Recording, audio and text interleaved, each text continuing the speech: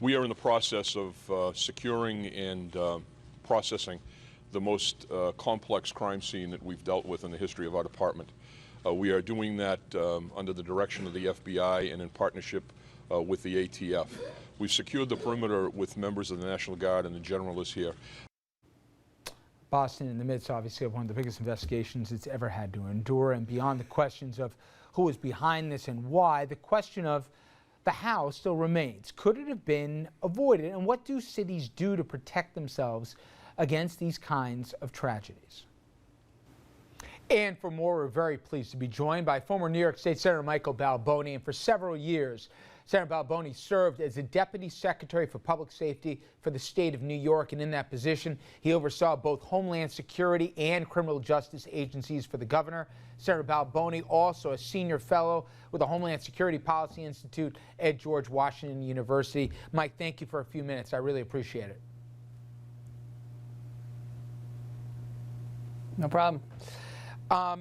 If anything, what has Boston taught us? Because you know, when you hear people describe the scene there, especially people that have even covered conflicts, they said this was like a war zone. It's not what you'd expect on Patriot Day in downtown Boston.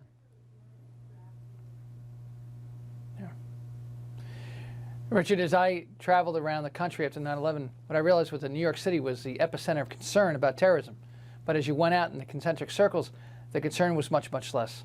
What Boston has taught us is that there's still a threat, very real threat, and it doesn't just happen in New York. It can happen anywhere in this nation, and frankly, at any time. You helped put together the security systems in a post-9/11 New York, and I'm curious, when you were building up in New York, you know, NYPD's got 1,000 counterterror officers, more than any other city in the world here, but when you're putting it all together, what down deep was your biggest fear? Was it, you know, attack from some coordinated group like Al-Qaeda from abroad, or something homegrown, a domestic threat, whether it was some sect or offshoot or even this lone wolf? What really kept you guys up at night? Well, in the, I guess around 2005, 2006, what we really concerned ourselves with was a dirty bomb, use of radiological materials. That was the threat that we really focused on, or the use of a chemical weapon. But what has been demonstrated time and time again is that explosives are the weapon of choice for terrorists. They're relatively easy to come by, relatively easy to deploy. They are spectacular.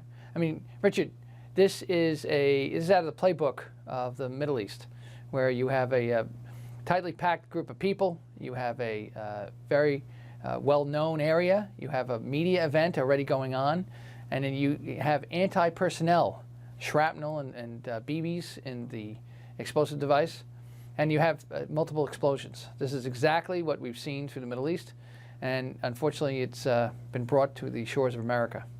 And in many ways, as they describe it here, Mike, this bomb was designed to shred.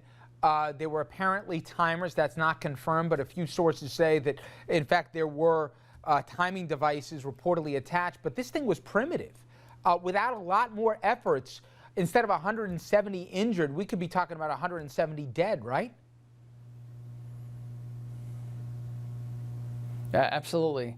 One of the things that I'm reminded of is that not only has explosives been out there as a weapon of choice, but the means in which to devise a bomb, as you describe as a crude one, has been out there on the net as well.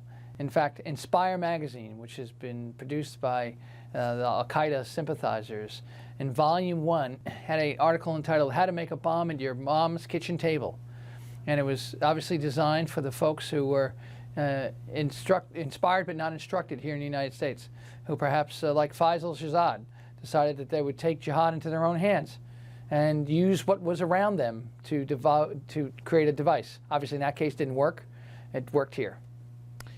You know, the conversations around the dining room table, and I'm sure in law enforcement circles you talk about, guys got to be looking at each other saying, you know, what do we do next year at the marathon in New York? What do we do when there's a parade? Or what are we going to do, whether you're going to a game in an arena or a stadium?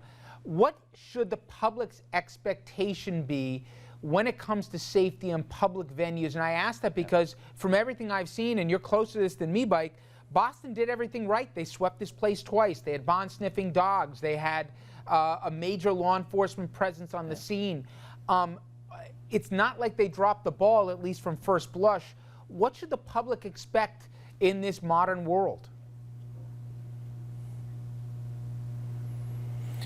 It's a great question, Richard, and one gets to the heart of the question that everybody's asking is, how safe is safe?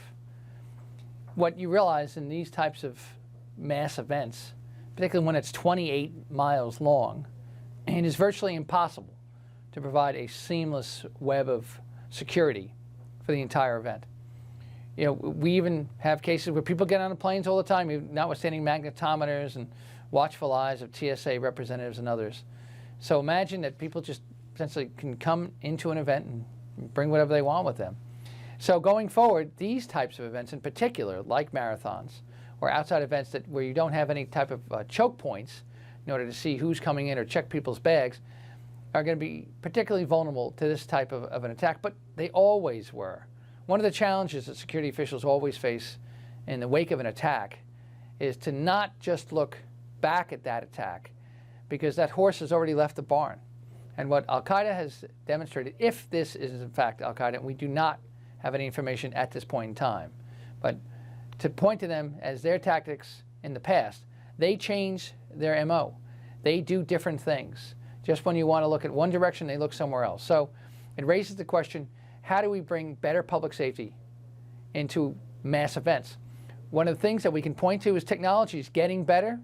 Facial recognition from cameras, it is improving, though certainly not perfect.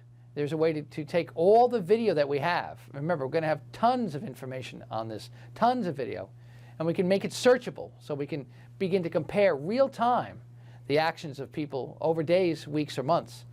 That is a very important tool as we begin to sift through all of the video information. But then also take the public and re-engage them, have them reinvest in the programs such as See Something, Say Something, so that the eyes and ears of law enforcement can be exponentially expanded. These are crucial steps that we need to do. And unfortunately, absent an event like this, 11 and a half years after 9/11, it's very hard to keep that edge. Mike, I really appreciate a few minutes here. We're going to be talking a lot more about this, and I know we hope to get together on Thursday. Mike Balboni, again, thank you. My pleasure.